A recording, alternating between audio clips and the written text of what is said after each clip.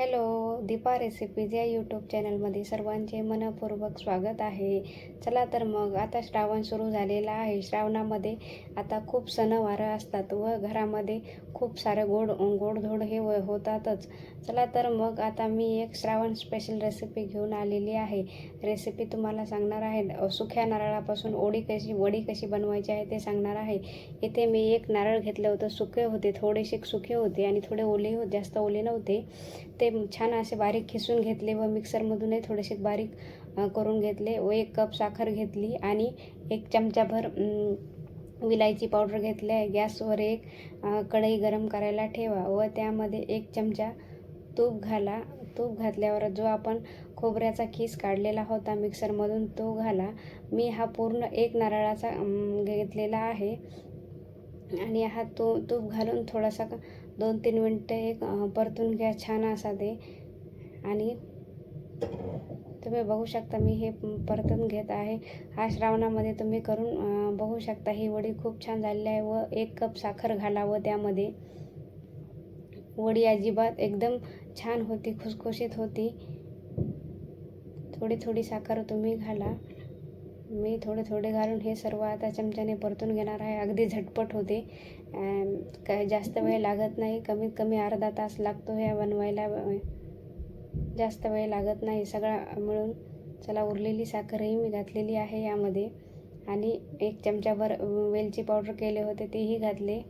वेलची पावडरनं कसं खूप छान चव येते ह्या वडीला आणि स्मेलही खूप छान येतो.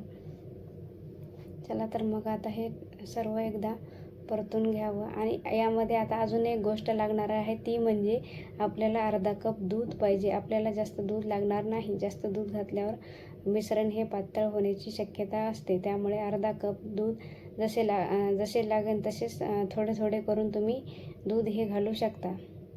आणि चला तर मग आता हे मिश्रण आपलं छान असं साखर विरघळेपर्यंत परतून घ्यायचं आहे आणि तेही लो गॅसवर करायचा आहे.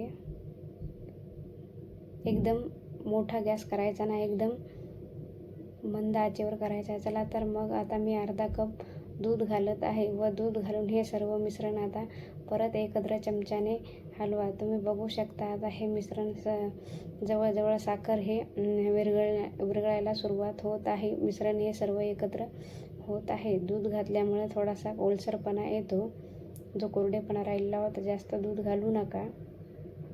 जर तुम्हाला जास्तच कोरडं वाटत असेल तर थोडे दूध घालू शकता. तुम्ही बघू शकता साखर ही पूर्ण छान अशी मेल्ट झालेली आहे.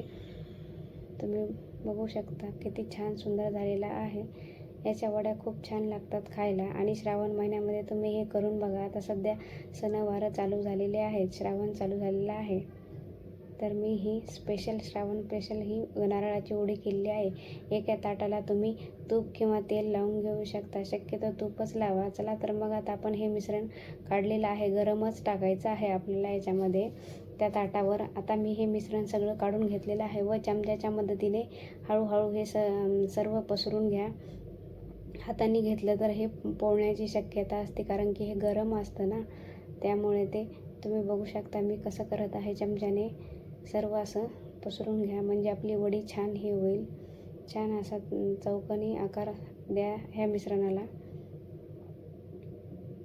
तुम्हाला जर अजून व्हिडिओ बघायचे असतील तर माझ्या या व्हिडिओच्या खाली डिस्क्रिप्शन बॉक्समध्ये मी लिंक दिलेली आहे, तुम्ही जाऊन बघू शकता. चला तर मग आता आपण याच्या वड्या पाडायला घेऊयात. एका चाकूच्या मदतीने तुम्ही अशा हळूवारपणे याच्या काप करा व 15 मिनटं फॅनच्या खाली ठेवा. थंड झाले की मग तुम्ही बघू शकता आपली ही वडी तयार होते ते.